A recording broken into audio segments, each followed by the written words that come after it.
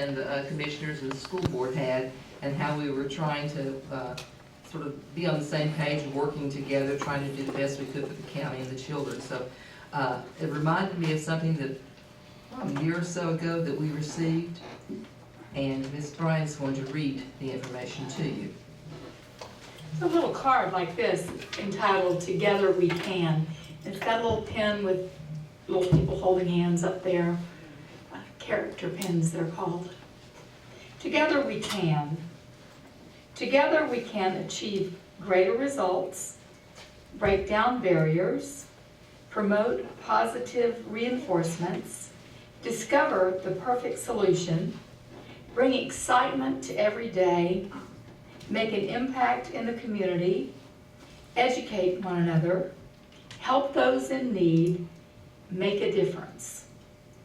Through teamwork, all things are possible.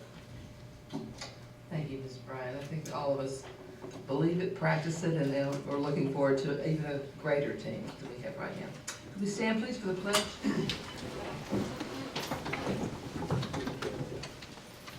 I pledge allegiance to the flag of the United States of America and to the republic for which it stands, one nation, under God, indivisible, with liberty and justice for all.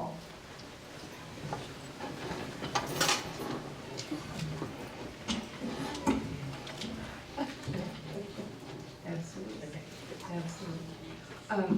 Adoption of the agenda as recommended by the superintendent. May I have a motion, please? Move approval. Second.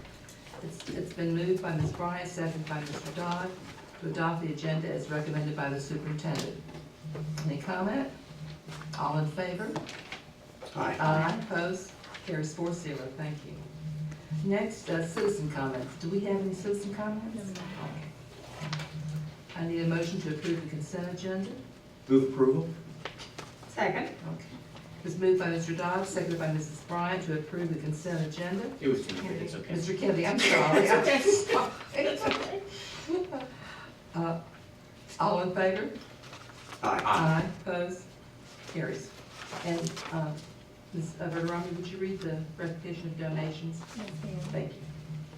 Approve a $5,000 donation to Central Ridge Elementary School from Lowe's, a $700 donation to Christopher Primary School from Mr. Ropke, a $800 donation to Homosassa Elementary School from the Rotary Club of Homosassa, a $500 donation to Homosassa Elementary from Citrus County Education Foundation, a $500 donation to Scanto Primary School from Exxon Mobil Corporation, a $1,000 donation to Hernando Elementary School from Walmart, a $500 donation to Crystal River Middle School from Crystal Chevrolet of Crystal River. Okay. Thank you. Thank you. Now, all those people who donated, we really appreciate that money that you give to the school system and support the school system. Thank you very much. Ms. Wilson. Yes, I'm going to hand out a little bit of information.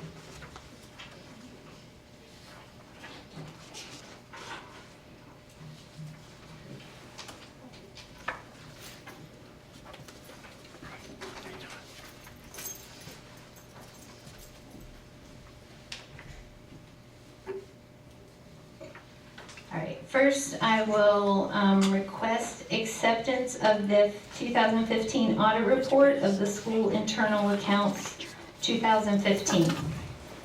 I move to accept the audit report of the school internal account 2015. Second. It's been moved by Ms. Bryan, seconded by Mr. Kennedy, to accept the 2015 audit report of the school internal account. Discussion? Mr. Dodd. Hello, Ms. Wilson. Hello. I had a couple questions on this, just for kind of point of order, but also to kind of cover the issue of our schools having internal accounts and making sure that these are being managed properly and audited properly. It looks like the report is a fairly good report. Yes, sir. I do have some questions though in regards to the amount of money that are in the internal accounts. There are significant amounts of money, especially at our high schools. Okay. And so our high schools have, for instance, at Christopher High School, it showed a cash balance as of July 1 of $249,355, and quite a bit at Citrus High School and at Lecanto High. So I have a couple questions regarding how those funds are managed, if they are managed at each school, if the schools have the individual opportunities to invest those monies. I was also interested in the trusts and how those trusts are managed. Okay, I brought trial balances of all the schools. I mean, there are pages of accounts for each school. So that money is divided up amongst many clubs, classes, and different things. So, I mean, if you had specifics, questions, I could give it to you. In regards to how what they do with their money, nobody has chosen to invest their money in a very long time. The process is that they would have to come to the finance department to have that approved if they decided they wanted to invest some of their money. Usually the money that is invested is the trusts that are for scholarships, and that money has dwindled slowly over the years, so that it's not as liquid that they could, they need it liquid, I should say, so that they could use it to disperse scholarships. Okay, so the $249,000 plus that's at Chris River High School, that money at internal account is managed through your department, is that correct? The bookkeeper manages it at the school level. The bookkeeper at the school, they do send their reconciliations and their bank statements over to our department every month, which is then reviewed, analyzed, and audited by Michelle Kenny, who is one of our finance accountants. And is the bank that's utilized the same one for each of the schools that reflects the district banking relationship or not? Yes, all the accounts are with SunTrust. Okay. Is that what you're asking? Right. Yes, all the internal accounts are with SunTrust. We did that. It's been within the last 10 years. They all had different accounts at different banks, and once we went with SunTrust as a district through our RFP process, we then brought the internal accounts under us also. Okay. And I have access. I go on every morning and look over. I just kind of skim over the balances of the accounts and make sure nothing went from $200,000 to $50 or anything. You know, I kind of monitor those every day. But Michelle definitely is the one who is in there detailing, looking at where they're spending their money, how they're spending their money, is it being used for what it is intended for, and things like that. Okay. And she gives you a monthly, she reconciles these accounts monthly. The schools reconcile the accounts and send it to her. Okay, so the bank statements go to the schools, they don't come to your office, they go to the individual schools, Yes, sir. and their bookkeeper reconciles the bank statement. Yes, sir. And then sends it to your office, Yes. and tell me how does it go from there? From there, Michelle will review them. She will look at all the accounts, make sure that they have all their documentation that the principals have signed off on. There's journal entry reports, there's deposit reports, there's check reports, purchase order reports. She makes sure those are all in order, and then if she looks over it to make sure nothing seems unusual, that, you know, there wasn't a large amount of money going out to something that shouldn't be. And then if there's any issues, then she comes to me and we call the principal and deal with it that way. And even the money that is received at a gate for a sporting event, there's a checks and balances in place for that too, is that correct? Yes. Yes, in each school they have to, the money collected has to be counted, has to be signed off by the person turning in the money, it has to be signed off by the bookkeeper, and all those monies collected forms are kept in the packet every month that they have. Right. You know, my point, and it's just mainly I'm gathering information, right? I'm asking,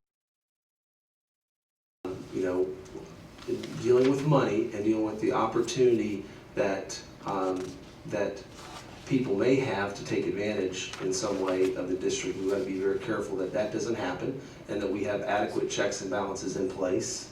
And I have not seen otherwise and by no means, but it's an important job of our board, I think, to make sure that we are watching out for that, and that we are careful with our money, all of our money, even with internal account money, and that, so those are important things.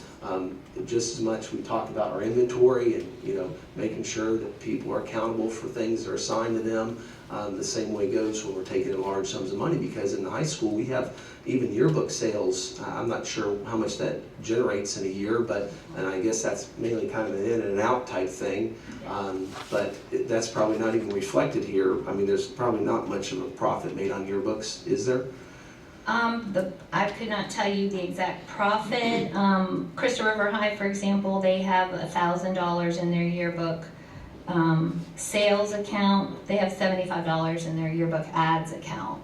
Right. Many of those yearbooks, pictures, a lot of those outside vendors that come in, the parents now have the opportunity to pay them by credit card directly, right? I know when I purchased my daughter's yearbook, I did it right on the website of the yearbook company. The money didn't even go through the school. So with the technology and credit cards and all that, that's happening more and more. The money's not even going through the school. It's going directly to the company, and then the company issues the commission check back to the school. Right, there is a commission involved, Right. obviously, it benefits Yes. the school. Yes. So the deficiencies, and I know we had talked a little bit about them with the findings on page 31. There is a limited number of school personnel. I know we talked about that, but the fact that someone who is taking the money in is also accounting for the money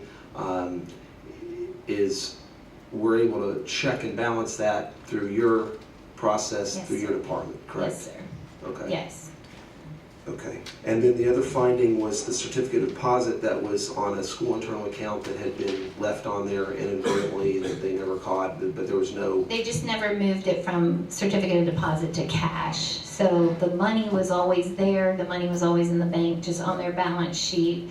It said CD instead of cash. but So you the- confirmed that the money went from the CD to their cash. Yes. We know that Yes, transaction. sir, we did, yes. Okay, that's all I have. Mr. John? I'd like to add something. And rest assured that at each high school, every principal is responsible for the daily review of all these funds, and they sign off on the internal accounts. And I know that there's processes in all of our schools where if you were raising money, that you bring the forms in, those are turned in, hopefully daily, and we do catch them if they're not. And I know that Tammy's department, once the principal signs off on it, Michelle and them go through that with a fine tooth comb. They check dates, when the money was turned in, when the fundraisers were Yes. performed, and those types of things. So they do have a pretty strict checks and balance, and we have, or they have, not called anybody, but they've had to call schools before and question on certain ways that funds were spent. So I do know that checks and balance is pretty strict over there. Good. So, and at each school. And I will tell you, the bookkeepers do understand that daily deposit. Yes, yes. Thank you. Any other questions? Just Ms. Wilson, part of our annual audit, I know this has been, that finding and the deficiency has been a recurring thing, and I think it's been partly an issue of the amount of money versus the amount of manpower we take to have that in place. We'd love to have 3 people auditing different Definitely, things, yes. but it just wouldn't be cost effective to do that. Is that still the situation with that particular? That is still the situation. It's a very common situation statewide. We're not unique in that aspect that, there is a lack of staff, just with personnel being cut and things like that. You have to do the best you can and make up for it in other ways.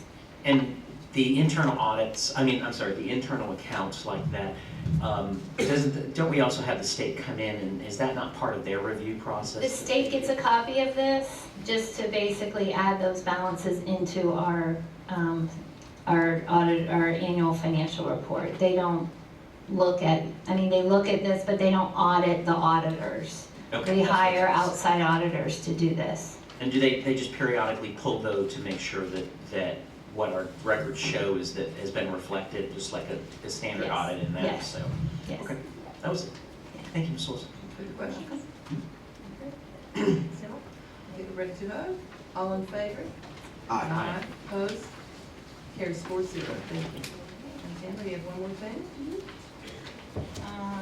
Yes. I have the financial statements as of December that you were given for informational purposes. I handed out the cash and investment portfolio for you that I'm trying to get to you every month at the board meeting so you know where we stand. In January, we got a chunk of, we had about 19 million in tax dollars. I checked right before I left, we are at 85% of our tax dollars we have collected already, and we have not received any distributions for February, March, April, but that's a really good number as of January to have collected that much that we budgeted. So we kind of spread some of that out to try and earn some interest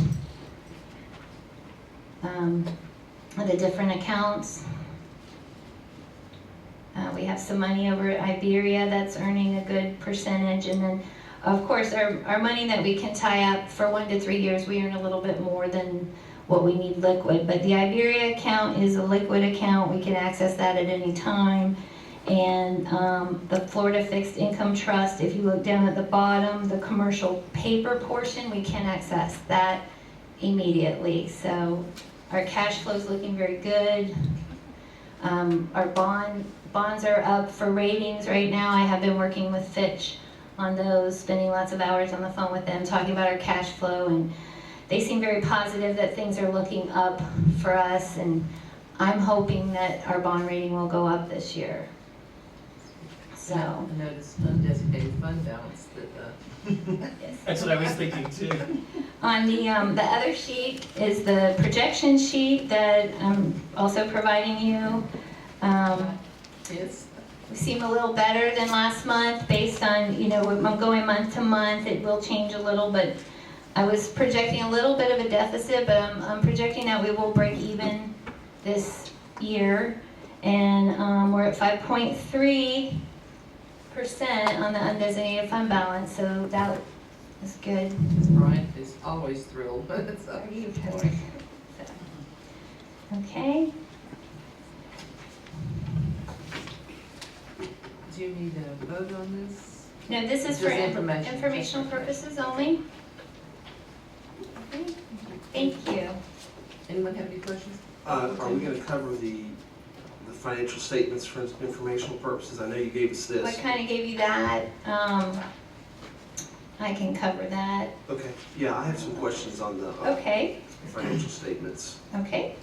Do you want me to go ahead and give those questions to you? Or do you- Yes, sir. That All would be right, great. my concern is regarding the self-insurance fund for our health insurance program. We are self-insured, and looking at the fact that we do not have the 2 months of claims in this account. I know we're able to cover it with other reserves that we have, but it does concern me greatly in regards to our health insurance plan, that we are falling below the 2 months in reserve in our self-insurance fund. So I wanted to know a little bit more about where the shortfall is and what we are doing in order to get us back on track. I've talked with some different individuals, and I appreciate the work that they're doing, but I think for the sake of our board to see the big picture, since we all get to talk in except for in these meetings, this is a big concern that I have, and this is a concern that we're going to be facing as health insurance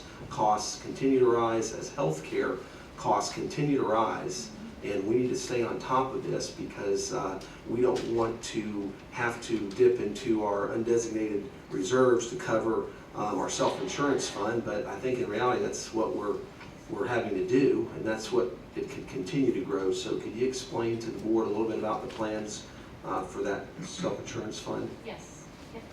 And you're correct, it is a concern, and it's most recently in the last 6 months. Just to give you an example, if you don't mind, in 2014 we were averaging 842,000 in claims. In 2015, up through June, we were averaging 839,000 in claims.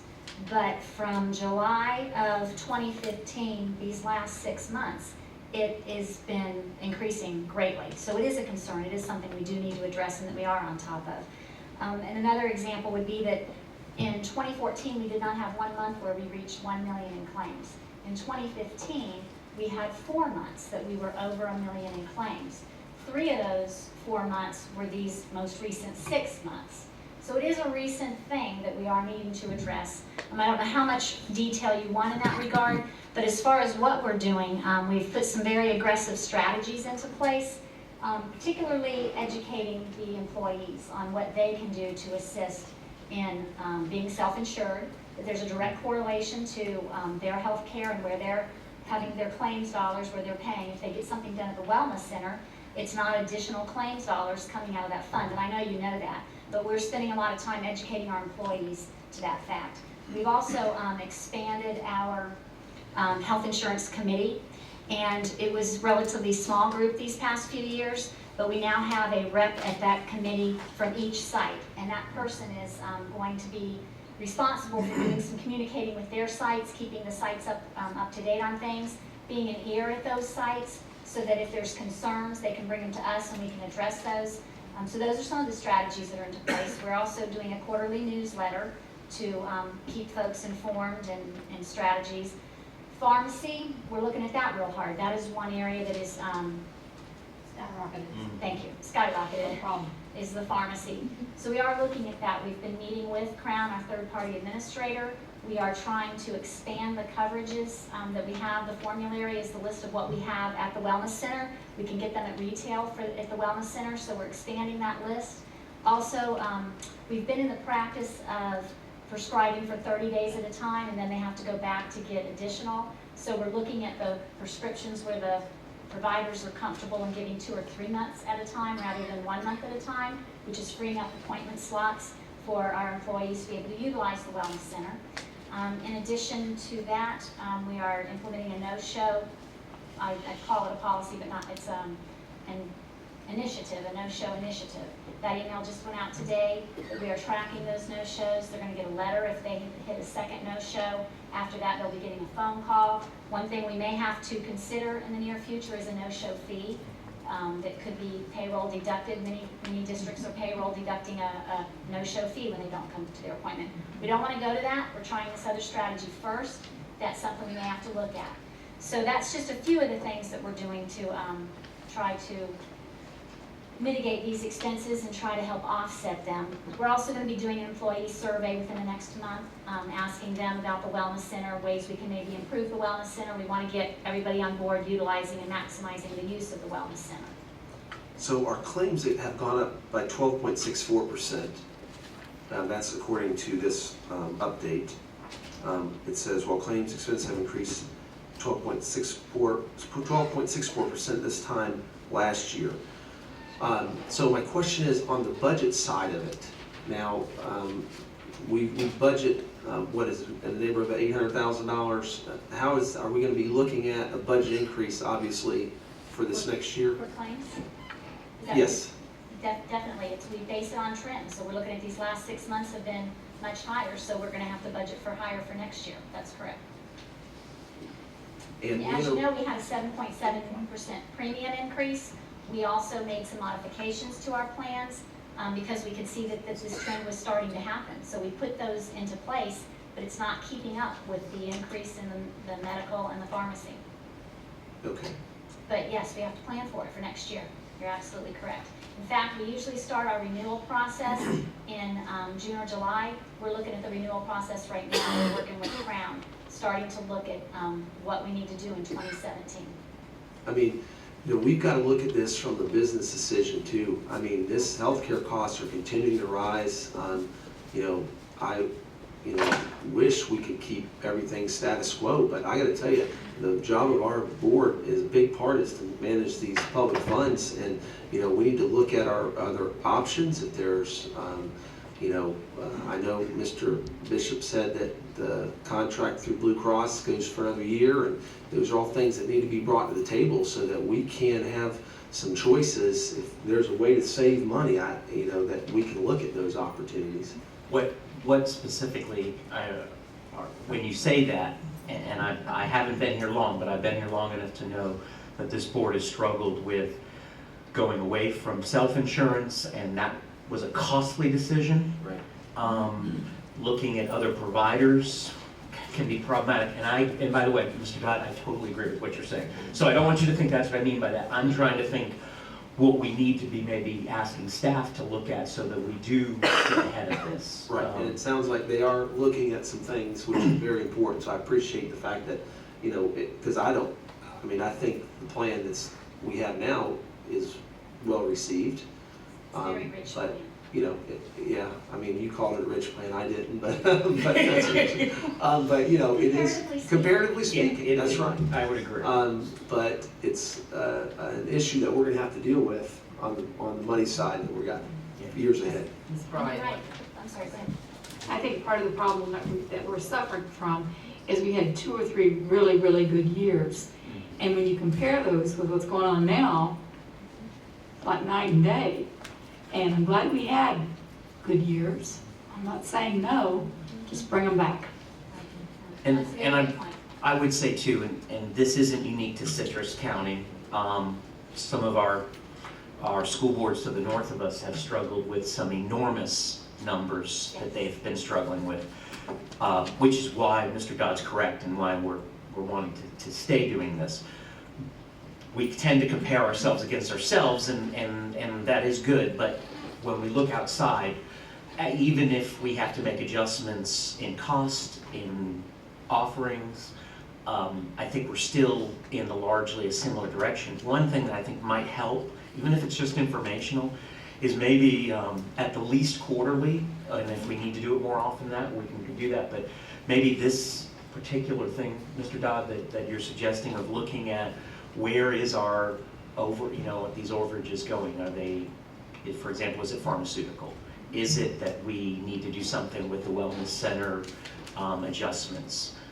And I'm only, this is suggestion, this doesn't necessarily mean this is what this board is directing, but do we look at partnering up wellness centers with even maybe the county, or to see is there a cost benefit, is there a program benefit? And I don't know the answer to that. I'm just saying I think any and all of those things may be considerations that we do, but even if we are continue to be abreast of it as we then have to make some of those hard decisions, it's not like we haven't been talking about it to the public, and I think Mr. Dodd's correct in asking that right now. So. And you're correct also that with this contract expiring in a year, we are going to look at the business angle and look at all options before we make a decision on what to do going forward.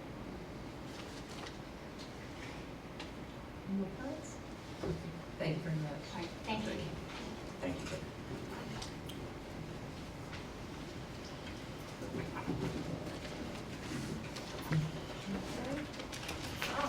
Before I close, and I noticed that in the audience back there, an old friend, Mr. Murray, Bill Murray's in the back, so, and hi, Bill. Good afternoon. I am here to request approval of the instructional and support recommendations as outlined in the goldenrod.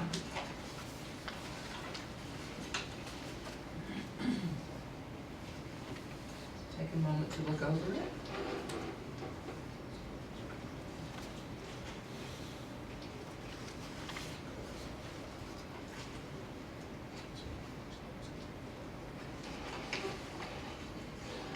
I move to approve the instructional and support recommendations as outlined in our goldenrod.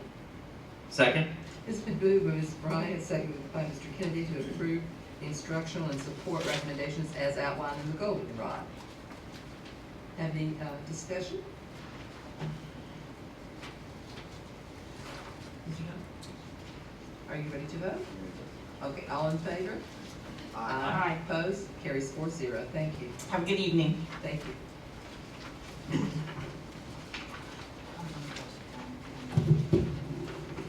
You want more? Oh, okay.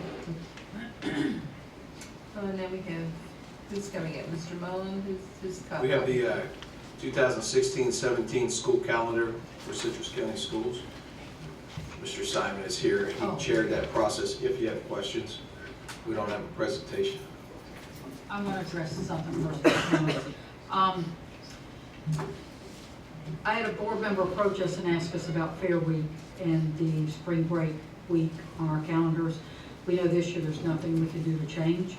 On this calendar, we're asking you all to approve. When you look at spring break, which is March 13th through the 17th, the fair week in 2016-17 would be March 27th through the 31st. I have spoken to Mr. Hal Porter. He wanted me to make sure that the board members knew that Mr. Simon has been in touch with him many times and that the district has done everything in their power to work around these schedules, but their fair date is locked in stone.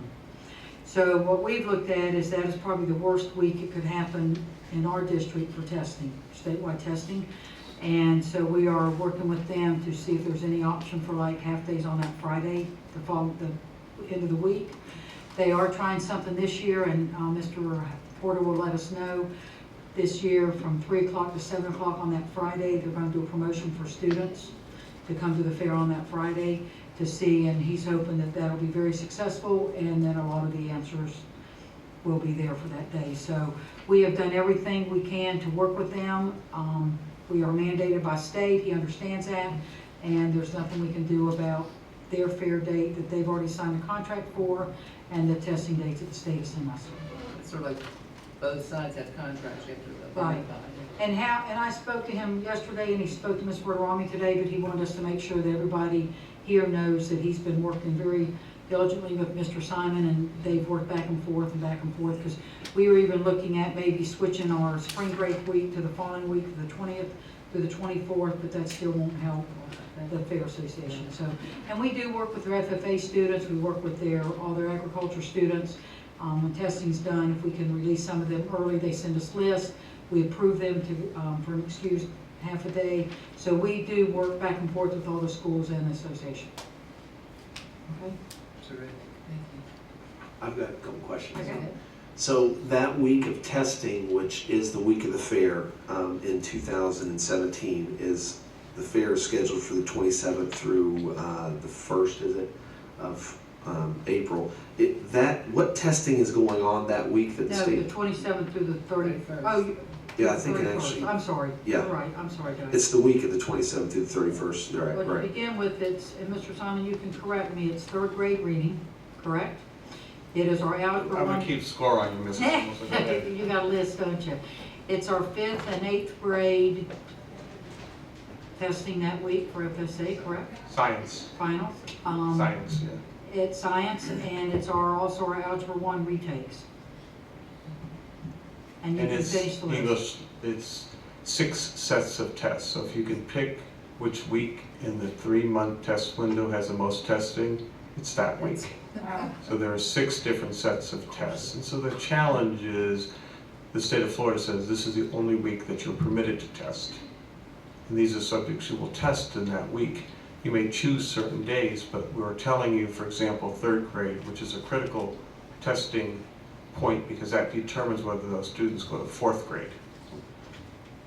You have 2 days of testing, and then you will have 3 days for makeup testing, or you also may need 5 days for students who have accommodations and need additional days for testing.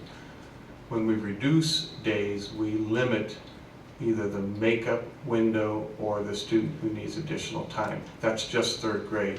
So in that week, I will tell you we have approximately 1,100 3rd graders throughout the district that we're testing, about the same number of 5th graders, a little more 8th graders in the next year. Then, as Mrs. Himmel said, we have 10th grade English language arts students who have to pass the reading in order to get a graduation diploma, who may not have passed it previously. This is their week to do that test. Then Algebra 1, we have 2 groups of students. Those students who were participating in the old Algebra 1 and didn't pass the FCAT 2.0, and then those students are in the new FSA test. So that's the challenge, Mr. Dodd. It's not, and you're right, Mr. Porter has been so cooperative with us in trying to work through what are ways we can involve our students, but at the same time not risking. The other point I wanted to make is the makeup is a critical option for schools. If per chance our schools we are required by state to test minimum of 95% of our students enrolled. If we get below that, the school will not receive a school grade, nor will the district. It will be coded as an incomplete, and then if it gets low in multiple schools or in the district, then the state does an investigation. I will tell you, I've communicated with Victoria Ash, who's a deputy chief for testing on the calendar, explaining, and they know Citrus County, they know that we're a district, high performing, highly focused, highly detailed, but what she says is there is no flexibility in saying you can pick another week for this test, or for these sets of tests. So our hands are tied as far as when we can pick Right. to have spring break. If it's during a test week, there's no opportunity for us to take that. So my comment to Mr. Porter was, can I bribe the agents that kind of set the schedule for the fair to convince them to do another week or shift another county? Can we trade off with another county? But Well, he that's says it's fine. more complex. Okay, that's my next question though. How soon do you get the test dates? I mean, how far out do you get the test dates that, when we're looking at 18? So normally, and again, that's almost like a trick question. Normally, we get them 2 years ahead of time, but this last year, we did not get it until the end of November. So this is dated 11/17/2015 for 16-17. Normally, we get it 8 to 9, we get it prior to that. So it's, and my question to the Department of Education was, is there any statute that defines when you must release those? And they say no. To answer your question specifically, normally we have 1.5 to 2 years notice ahead of it. This past year, we did not have that. Didn't the year before we didn't as well? Correct, and that's part of this whole transition. My anticipation, while I may not be here physically in spirit, will be that in the 17, to answer question 17, 18, we will typically know by May or June what the 17-18 calendar will be that will guide, and that's in the past where our department and Mr. Porter and our calendar committee have all worked together to say, this is the calendar, what can we do to work out? Because that gives him enough lead time to work through if indeed he has any options. So it's just been an odd past few years, to say the least, in the testing world, particularly with the state of Florida. But you said it exactly. Our hands are tied. Well, it's kind of funny because at the SAC meetings that I go to, I tell them about this. I've been telling them about this fair week this year because it wasn't the school board's fault that things didn't work out because, as I understand, it was planned to be during the fair, but they made some changes and we've worked through that. So this year, the fair is the week after our spring break.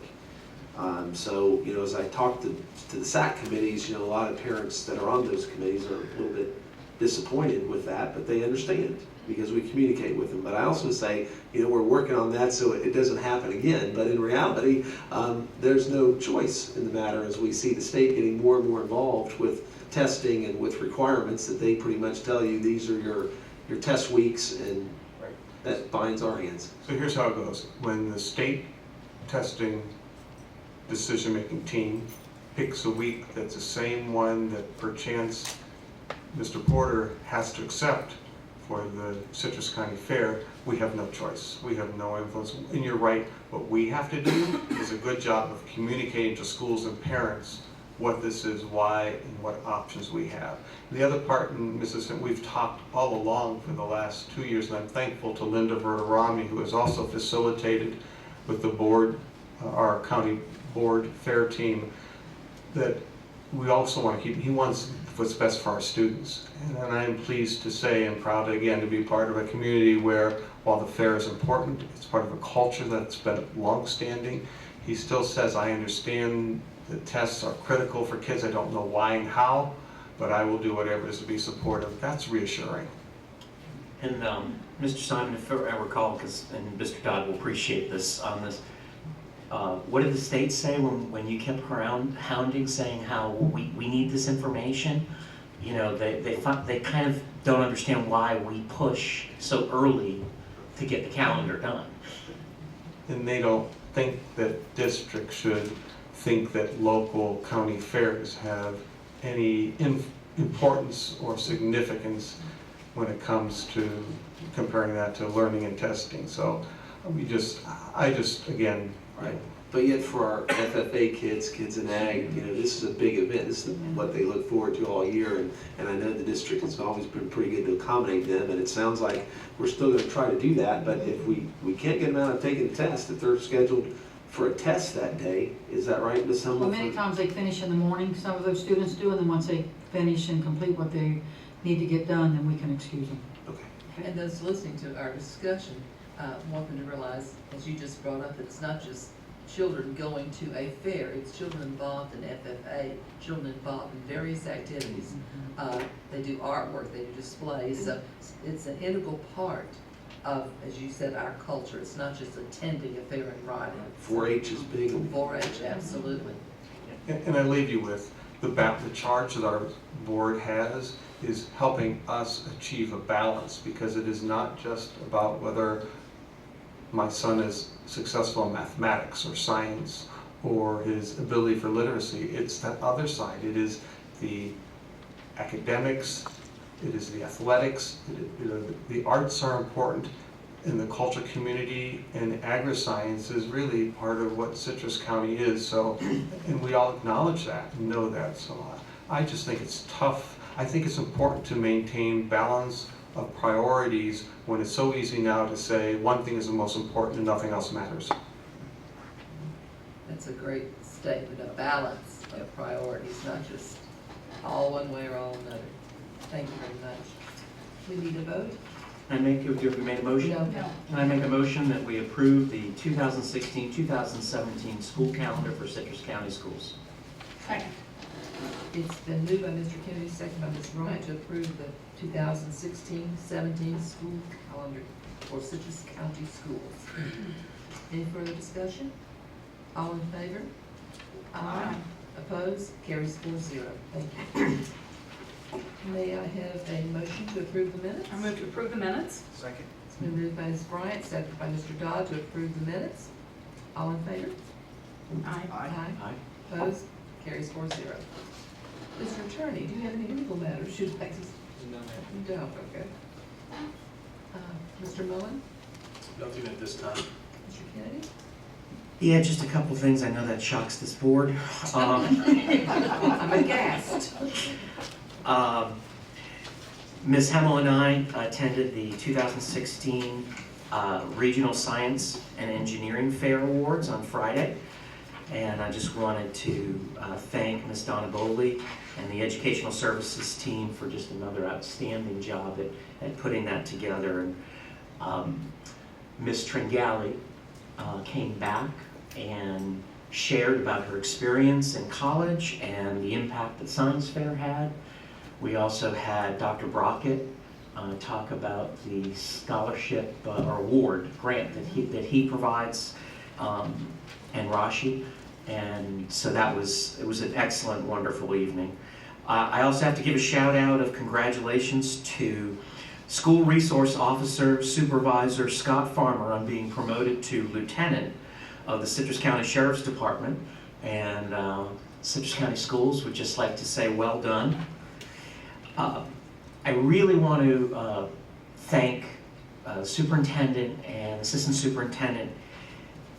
This year, our parent Title I survey, they have pulled together, and I understand you have a district committee that's meeting to have some standardization of that survey. It's something, as someone who's served on a lot of SACs, I think that's just on the right track and just awesome. And it may sound like a little thing, but to finally have all of those kind of asking some certain standardization of questions, I think that will be great information for this board to have, because sometimes a question's asked a little differently and you don't know, okay, did they mean that, did that? So, and I would just offer to the board that if we as a board have any question or information that we feel like we need to get from parents, we may think about that and share that with the superintendent so that she can pass that along to the committee, because it's a great time, and particularly I think at a lot of the schools, they try and run those competitions and get some of that information to us. So I would just lift that out. I just wanted to say thank you all for attending legislative days. Citrus County, I felt like, was rock stars again at FSBA.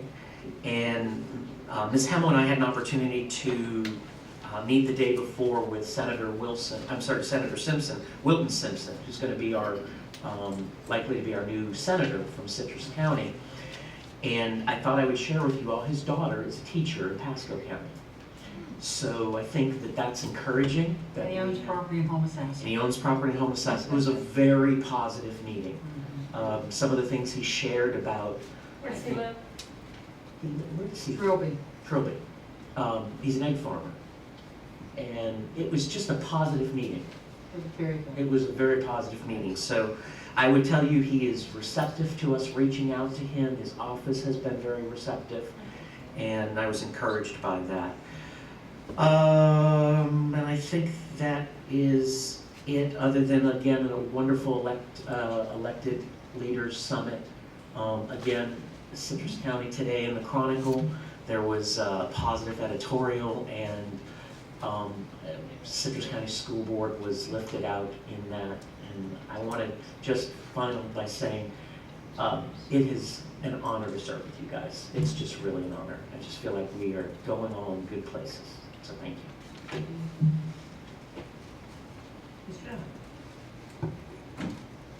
Well, congratulations to Citrus High School on their reaccreditation. They worked very hard on that, and Mr. Hilgert's staff did a great job. The teachers there at Citrus High School, a lot of students turned out for different events, the campus beautification project, everything just was great, and I'm glad. I know Ms. Stanley worked hard on that process, so everything I hear, it sounds like they've done very well. We had a SAC meeting yesterday, and Mr. Hilgert shared some of the things along with Ms. Stanley, so I'm very pleased with Citrus High School for that.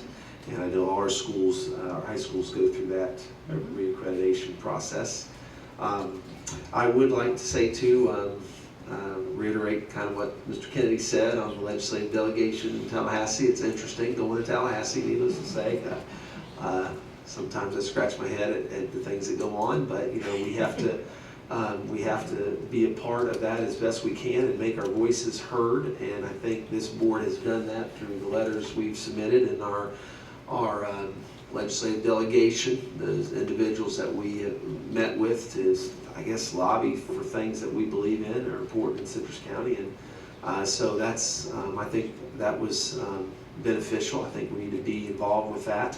And I hate to see how some of the larger school districts who have public schools that really suffer, how much that affects a quality district like us. But it seems like a lot of unhappy people in some of those other parts of Florida.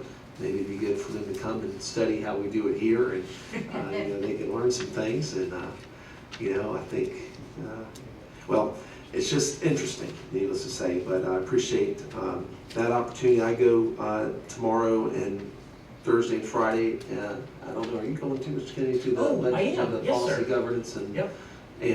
Policy governance program and the boardmanship forum that they're having? So get a little additional training there, but I'm looking forward to that, and that's all I have. And board members, that will finish me out. I will be a certified board member. Mr. Dodd's going to do it a lot faster than I am, I can tell you. Right. So Mr. Mullen, Mr. Kennedy, and I attended Forest Ridge's Literacy Night. And I was worried because it was pouring down rain on cats and dogs and elephants. And at any rate, they had a really good turnout and had really good food, and the children were excellent. So we did that Thursday the 28th, I think is when we did that, after we did our legislative thing with the county and cities. You look pretty good, by the way. And then of course, yes, yeah, do you see them in their tuxedos? Well, impressed. I wore what I wore that morning, okay? Whatever I was wearing that morning is what I wore. Because I kept going that day. I didn't go home. At any rate, that's when I left the legislative thing, I went to Crest, Dr. Geddes, Lecanto Primary, Lecanto High School, and then I went to Forest Ridge. I didn't have time to change She gets clothes. lost easily. I didn't have time to change clothes. I can confirm she was there. That's all I have.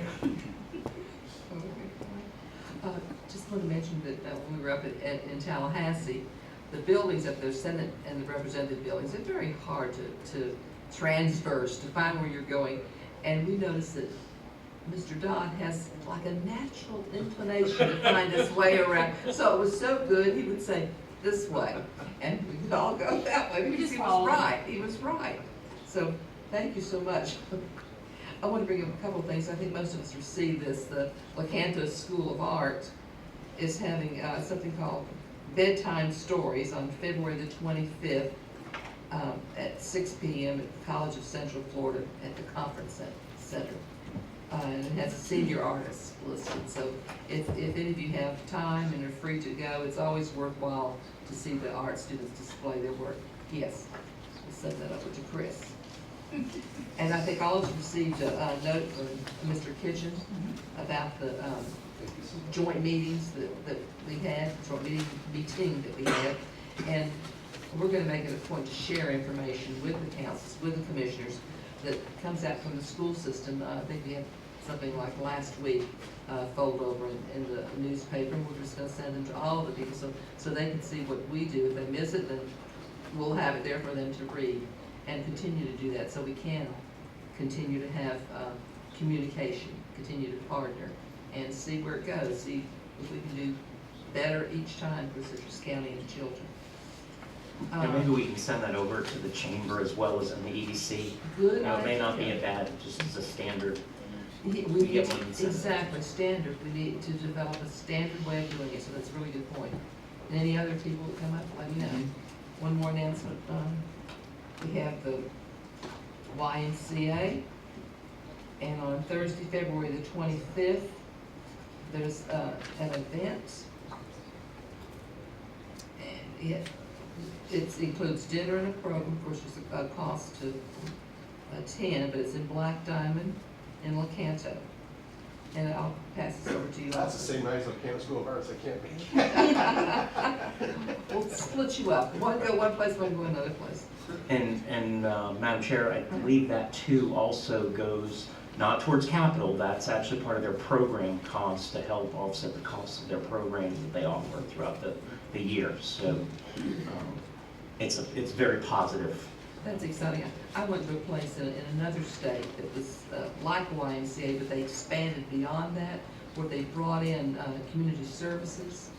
And what I really was fascinated by, you would have students, maybe from a neighborhood, a very well-to-do neighborhood, come in, and students from maybe a not-so-well-to-do neighborhood, and they all got on that basketball court or the ice rink or whatever it was, and they played and had a good time. It was really a way to mingle with each other and get to know each other as human beings. So I thought that was fantastic, and maybe with this, the same type of thing will happen. Just a couple things. I know that we reviewed the current status of CERMI and their contract recently, the school board workshop. And staff is reviewing that and preparing to bring that back to the board. However, in the meantime, we received a proposal from Microschool, who would also like to give us a proposal on providing those services.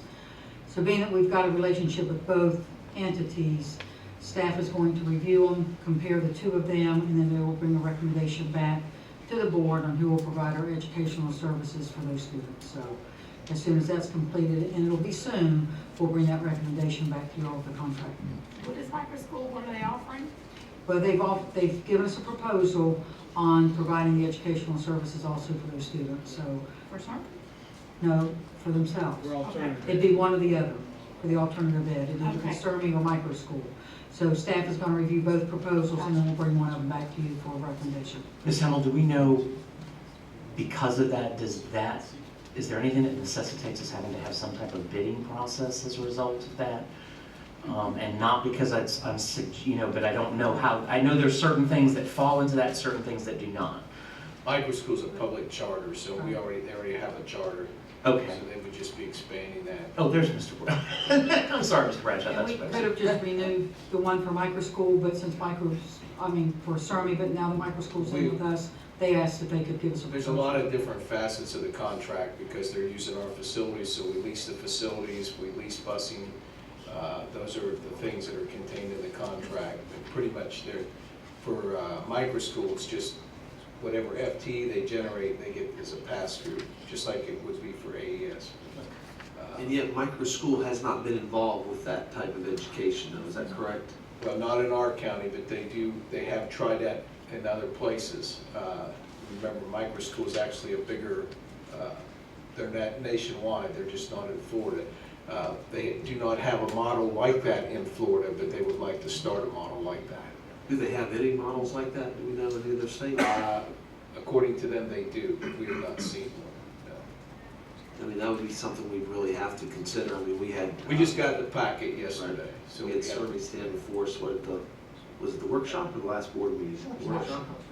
You know, and I think they all pretty much indicated that we were interested in extending their contracts, so, you know, I certainly would like to think that if the administration were to bring another proposal, we need to sit them down and have a talk, the board needs to talk to them, I'd like to talk to them. We would, if that would be the recommendation, we'd do that. Mr. Mullen did call Sermi and talk to them, to let them know that micro school did bring us one, and we just felt like that it was prudent for us to look at it since we already had a partnership with them. So if that recommendation is to change, then we would certainly bring the whole group in. Okay. And last but not least, I'm taking almost 40 students tomorrow to Tallahassee so they can see the interesting things that go on in Tallahassee. These are high school students, the ones that serve on my student advisory council, so we'll take them up and spend the day with Tallahassee with them, and Who are you gonna say? it's always interesting. I'm not sure who he's got set up, but there's a few of them, and then we're gonna take them into session. Oh, that's great. Okay. 5th floor candy and drinks. All right? They said fourth. I did say 4th, but I think it's actually the 5th floor. I'll get there early and scout with them. No, you know where you take them. Look at the chocolate. Oh, Oh, yeah, well, that was good. Will be remembered if you take all of the students in there. Any other comments? At 5:15, we have citizens comments, and at 5:30, we have a time certain public hearing. So let's recess until 5:15.